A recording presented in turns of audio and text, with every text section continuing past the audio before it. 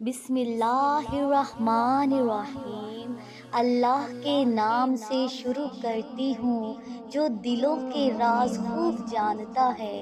تمام ناظرین کو عائشہ ہادی وائس چینل میں دل کی گہرائیوں سے خوش آمدید اور محبتوں بھرا السلام علیکم۔ جب ہر طرف سے مایوسی ہونے لگ جائے اور سب رشتے بے معنی ہو جائیں تو اپنے اللہ پاک کی طرف پلٹنے میں دیر نہ کرو۔ بے شک وہ تھامنے والا رحمان اور رحیم ہے۔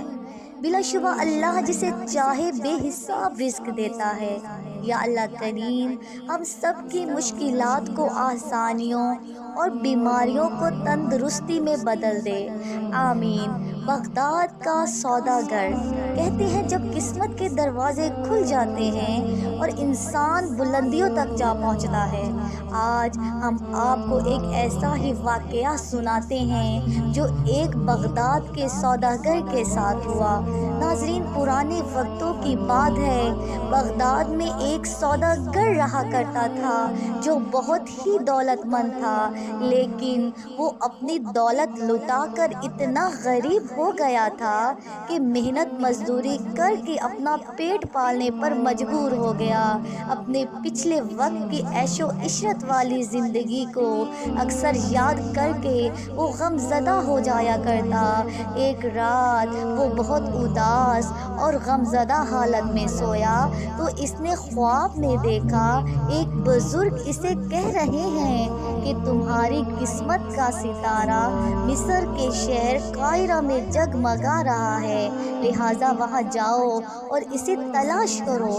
صبح جب بیدار ہوا تو اسے خواب والے بزرگ کی بات یاد آئی۔ اس نے فوراً قاہرہ جانے کی تیاری کی اور قاہرہ کے لیے روانہ ہو گیا۔ کئی ہفتوں کی تکلیف اور مشقت اٹھا کر وہ اس شہر میں پہنچ گیا۔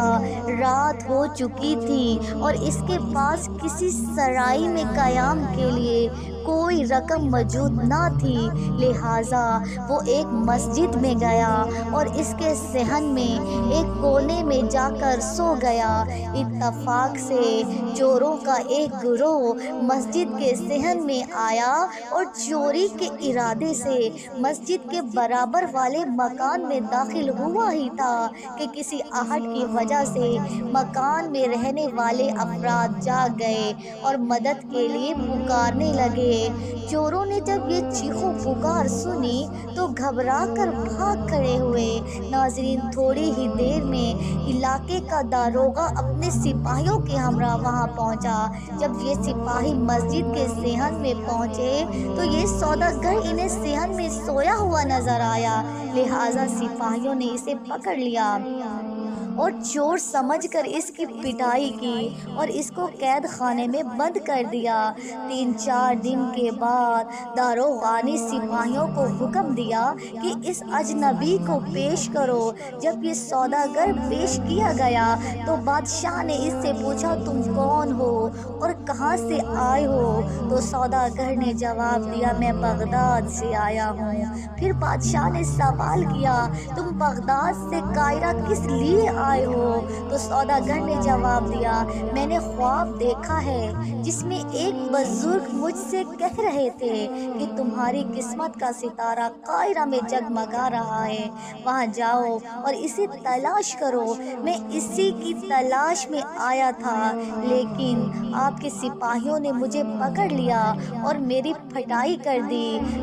داروغہ نے جب یہ داستان سنی تو بہت ہنسا اور کہنے لگا، اے بے وقوف انسان، میں نے بھی کئی مرتبہ کسی کو یہ کہتے سنا کہ عبادات جاؤ اور پتھریلی گلی کے فلاں مکان میں ایک صحن ہے جس کے آخر میں ایک باغ ہے جہاں پر ایک فوارہ ہے جس کے حوض کے نیچے بہت سارا خزانہ دفن ہے، لہٰذا جاؤ اور اسے کھود کر نکال لو۔ ایک تم بے وقوف ہو جو اتنی دور سے یہاں قاہرہ چلے آئے اور صرف ایک خواب دیکھ کر تو بادشاہ نے سوداگر کو کچھ رقم دی اور کہا یہ رقم لو اور اپنے گھر واپس پلٹ جاؤ۔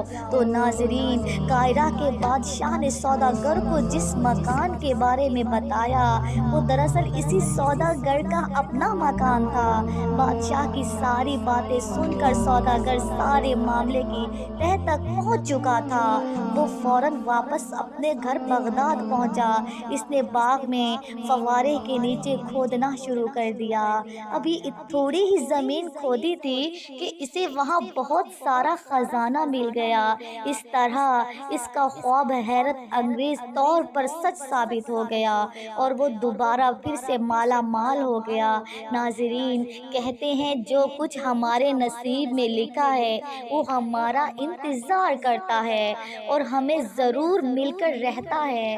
دیر سویر ضرور ہوتی ہے لیکن جو ہمارے نصیب میں ہے وہ مل کر رہتا ہے۔ میں امید کرتی ہوں یہ ویڈیو آپ دوستوں کو پسند آئی ہوگی۔ ویڈیوز پسند آ جائے تو لائک اور شیئر ضرور کر دیجیے گا اور